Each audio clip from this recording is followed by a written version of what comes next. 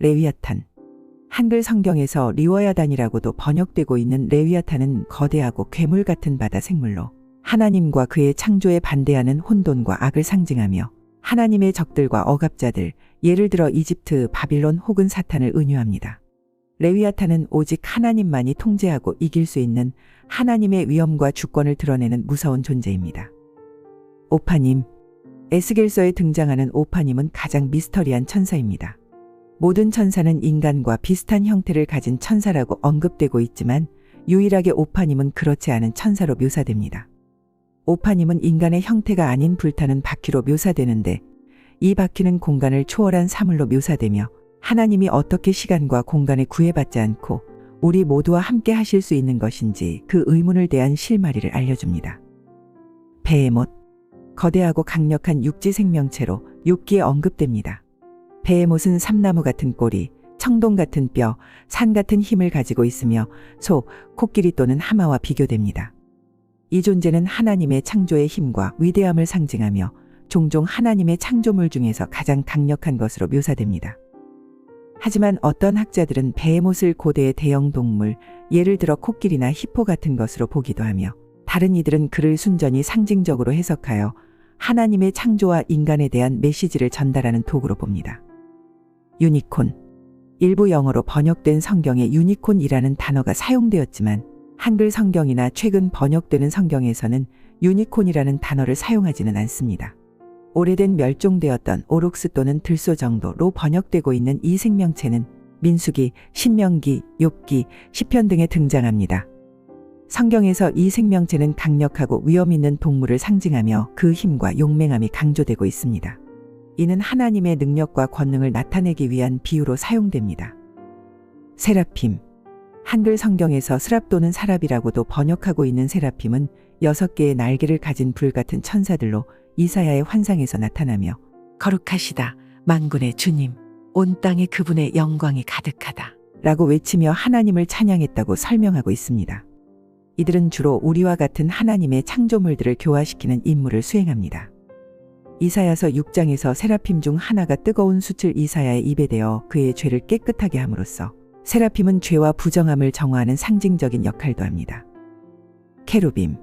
한글 성경에서 게룹이라고도 불리는 케루빔은 네 얼굴과 네 날개를 가진 천사로 에덴 동산에서 생명나무를 지키는 경비원 같은 역할을 했습니다. 케루빔은 하나님의 임무를 수행하는 중요한 천사들로 하나님을 섬기고 보호하는 강력하고 위험 있는 존재입니다. 아담과 하와가 쫓겨난 후 에덴 동산으로 다시 들어가지 못하게 막는 역할을 한 것으로 묘사되고 있습니다.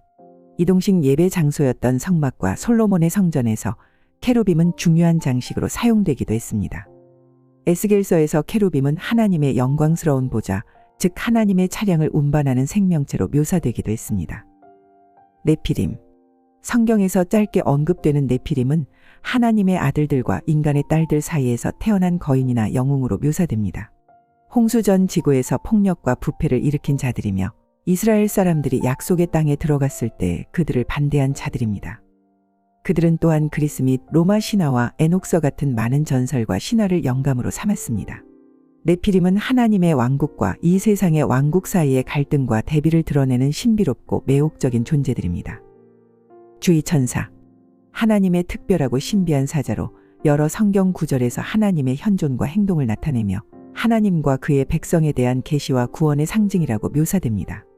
하지만 주의 천사에 대한 정확한 정체를 성경에서는 자세히 설명해 주지 않고 있습니다. 다만 성경에서 주의 천사에 대해 언급할 때마다 the 라는 표시를 하며 다른 일반적인 천사들과 구분을 짓고 있습니다. 그리고 그는 하나님처럼 말하며 하나님의 책임을 수행하는 것을 보아 아마 아바타처럼 하나님의 행동을 그대로 보여주는 현현이라는 주장도 있습니다. 성경에서 예수님 탄생 이후에는 주의 천사가 나타나지 않고 있으며 이는 예수님이 그 이상의 역할을 함으로써 더 이상 주의 천사는 본연의 임무를 수행하지 않아도 된다는 의미일 수도 있습니다. 사탄. 분노를 상징하며 하나님에게 대적했던 최초의 악마입니다. 사탄은 반항과 분노의 정신을 상징하며 악의 근원으로 자주 묘사되는 존재이고 우리에게도 가장 익숙한 악마입니다. 인간과 동물의 혼합된 존재로 이사야서를 보면 사냥이나 수염소처럼 묘사가 되는데 그건 예수를 따르지 않는 자들을 사냥이나 수염소로 비유한 것에서 착안한 사탄의 모습입니다. 레위기과 역대기에서는 염소 우상 또는 악마로 번역되기도 합니다. 7대 죄악에서 분노를 상징하는 악마를 특정해서 사탄이라고도 하지만 성경에 나오는 악한 자와 타락한 존재들을 통틀어서 모두 사탄이라고 부르기도 합니다. 가브리엘. 가브리엘은 성경에서 중요한 역할을 맡은 천사로 하나님의 메시지를 전달하는 사명으로 잘 알려져 있습니다. 그는 다니엘서와 누가복음에 등장합니다. 다니엘서 8장과 9장에서 가브리엘은 다니엘에게 나타나 환상을 해석해주며 예루살렘의 회복과 메시아의 도래에 관한 예언을 전달합니다. 이때 가브리엘은 하나님의 명령을 받아 인간에게 중요한 미래의 사건을 알리는 역할을 수행합니다. 가브리엘의 등장은 하나님의 의지와 계획이 인간에게 전달되는 중요한 순간을 상징합니다.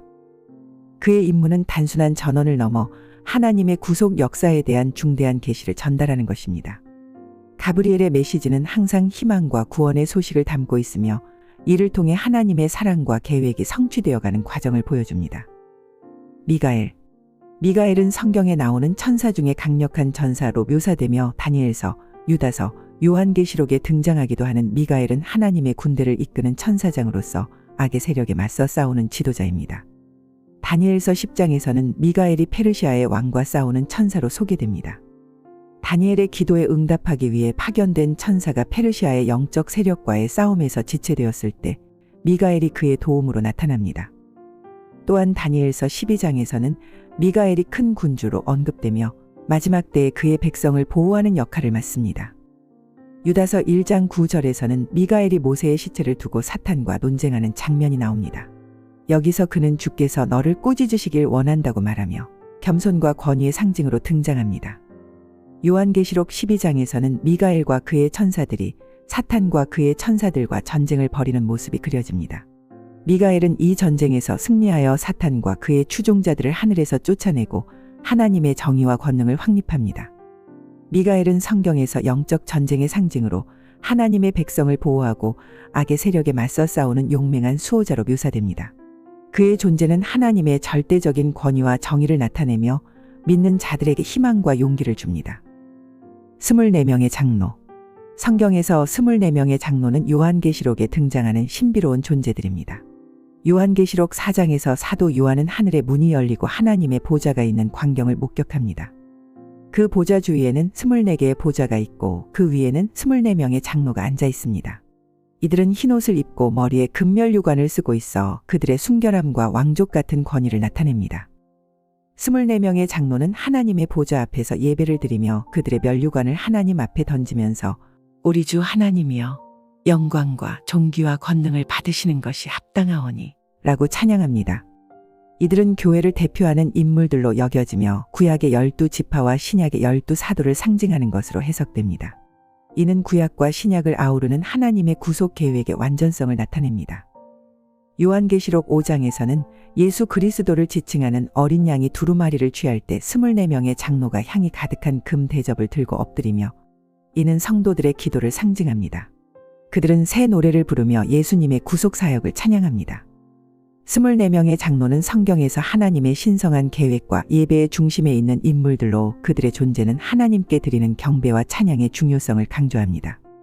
그들의 모습과 행동은 신앙인들에게 순결함과 경건함을 추구하며 하나님께 영광을 돌리는 삶의 본보기가 됩니다. 여기까지 성경에 나오는 신비로운 존재들에 대해 살펴보았습니다. 이들은 모두 각자의 독특한 역할과 상징을 통해 하나님의 위대함과 신비로움을 드러냅니다.